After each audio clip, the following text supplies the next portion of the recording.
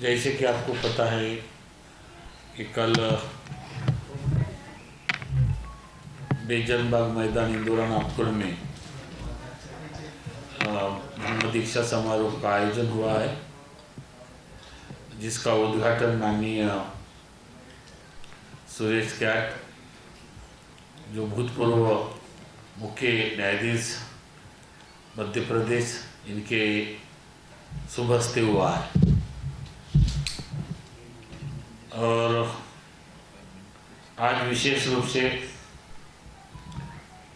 2 तारीख है, विजयादशमी है, और विजयादशमी के दिन डॉक्टर बाबा साहब अम्बेडकर ने स्वयं बौद्ध धर्म की दीक्षा लेकर अपने 5 लाख लोगों को बौद्ध धर्म की दीक्षा देकर पूरे विश्व में न होने वाली धम्म क्रांति करके महान ऐतिहासिक कार्य किया था। आज वो दिन है और हम नागपुर के पवित्र भूमि में हैं। लोगों के मन में कुछ कन्फ्यूजन है कि 14 अक्टूबर 1956 को बाबा साहब ने दिया, तो कुछ लोग बोलते कि 14 अक्टूबर मनाना चाहिए, कुछ लोग बोलते विजयादशमी मनाना चाहिए।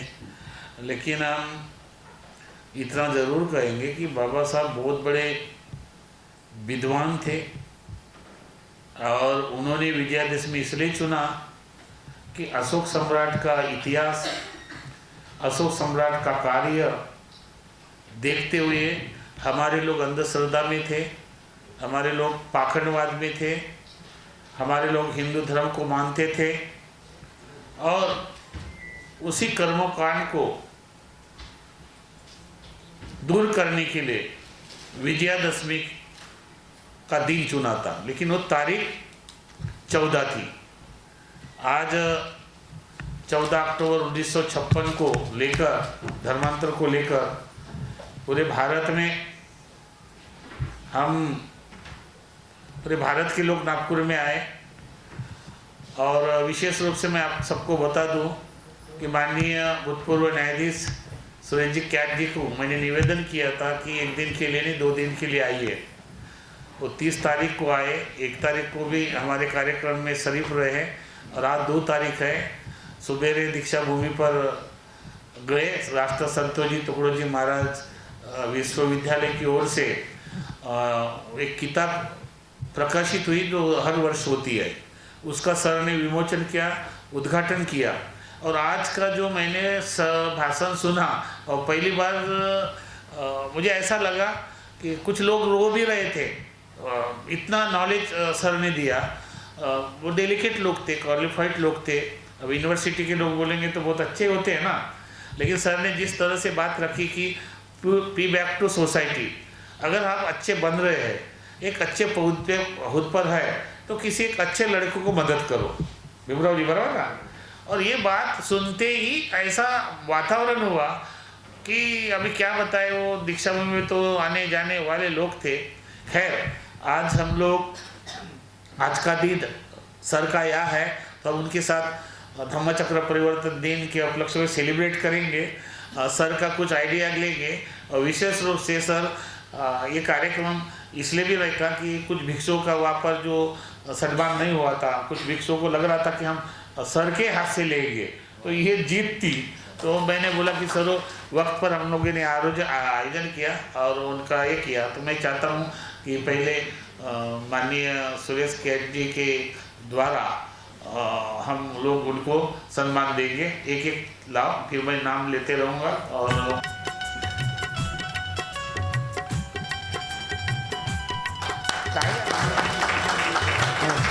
नाम बताओ, नाम बताओ।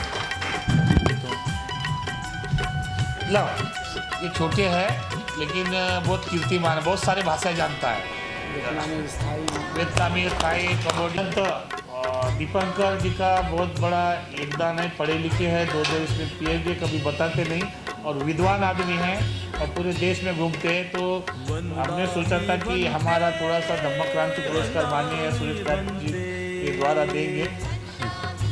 भीमराव जी, नहीं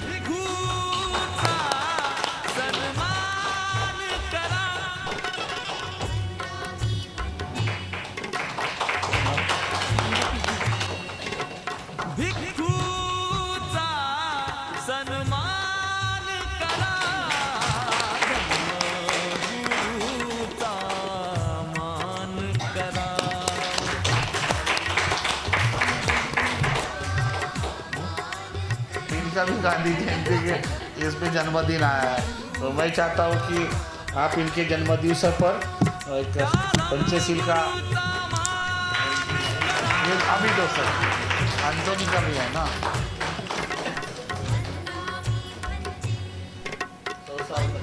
चलो तालियां बजाओ।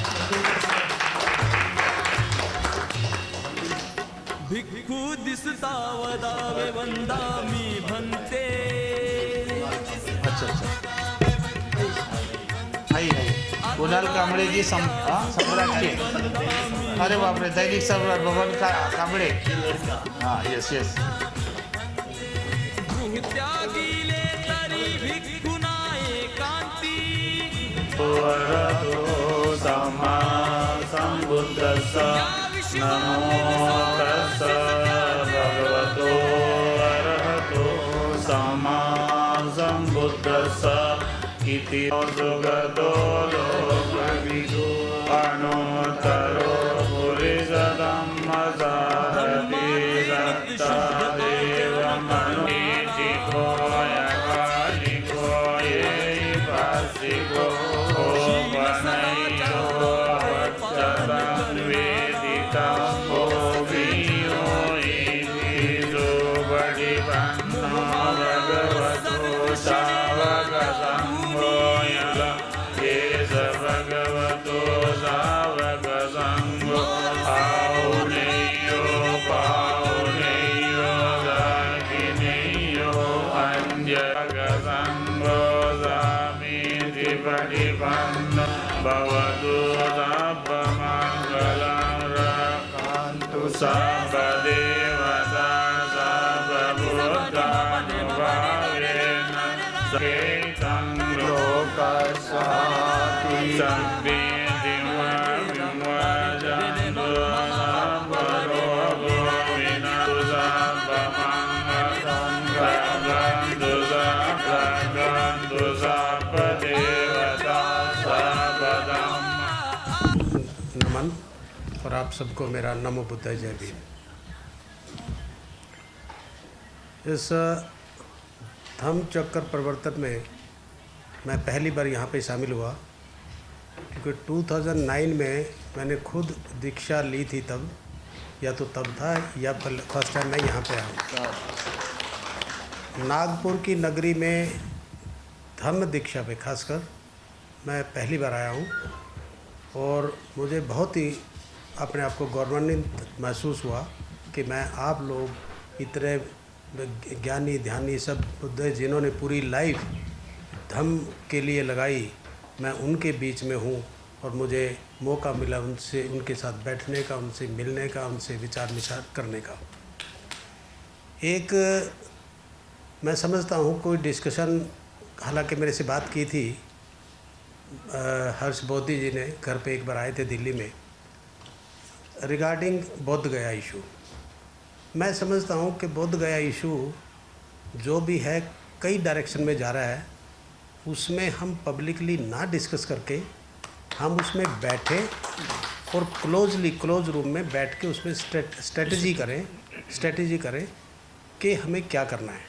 क्योंकि यहाँ कुछ भी बोलना वो मेरे हिसाब से ठीक रहेगा, क्योंकि अभी मैटर पेंडिंग भी है और बाकी जो बोल रहे हैं मिलना चाहिए, ये सही है, हम भी उसके फेवर में 100% ये बुद्धों को पूरी तरह से हवाले किया जाना चाहिए।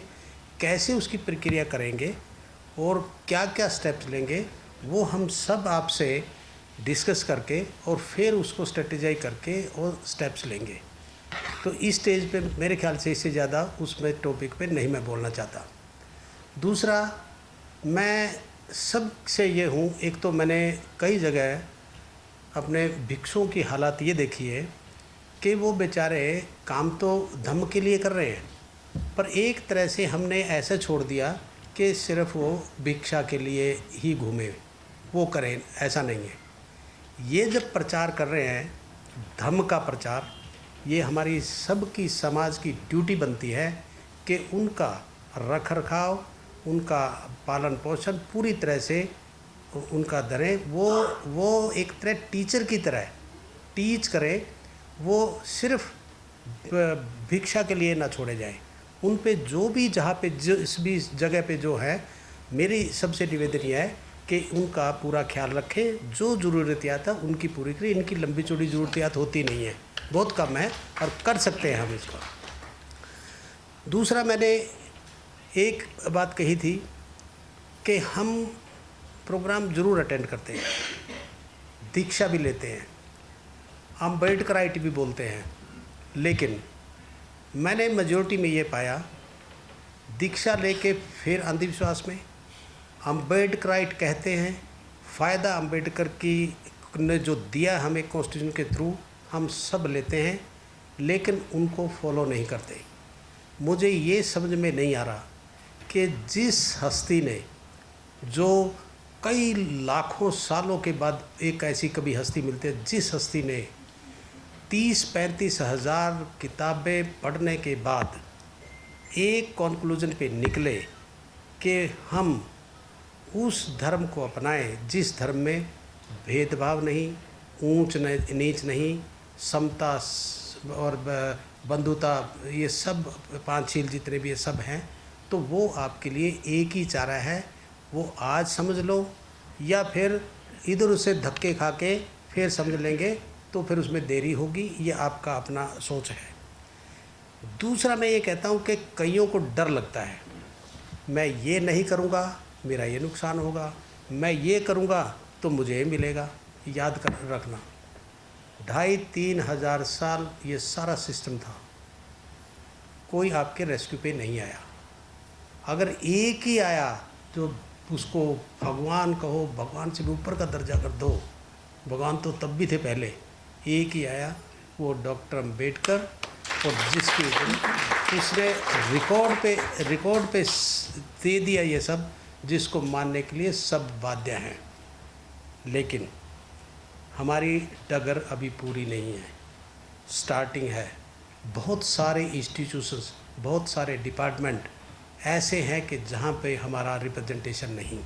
आज ही इस फंक्शन में जहाँ हमने वो जो इंफॉर्मेशन बुक का विमोचन किया है, वहाँ पर भी मुझे बताया कि महाराष्ट्र में इतनी यूनिवर्सिटी हैं, एक भी यूनिवर्सिटी का वाइस चांसलर इस समाज से नहीं है। ऐसा क्यों?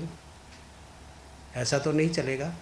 एक इतनी बड़ी पॉपुलेशन, इतना बड़ा टैलेंट, इतने हमारे लोग हैं वहाँ पे, ये अब तो ये एक्सेप्ट करने वाली नहीं है बात। पहले ज़रूर था, क्योंकि हम पढ़े लिखे नहीं थे, काबिल नहीं थे, हमें एजुकेशन इतनी नहीं थी। लेकिन आज वो नहीं कह सकते कि आपकी एजुकेशन नहीं है, आपकी एलिजिबिलिटी नहीं है, आप में कॉम्पिटेंसी नहीं है। और मेरा कॉम्पिटेंसी के ऊपर, टैलेंट के ऊपर एक मेरा अपना विचार ये है कि आप पहले पावर दो, कुर्सी दो, फिर उसका टैलेंट देखो कि वो टैलेंट है भी है उसमें या नहीं।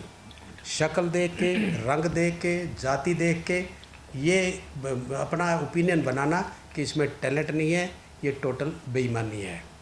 इन्हीं शब्दों के साथ आप इन सब चीज़ों पे विचार कीजिए और इनको धीरे धीरे करके समझाइए।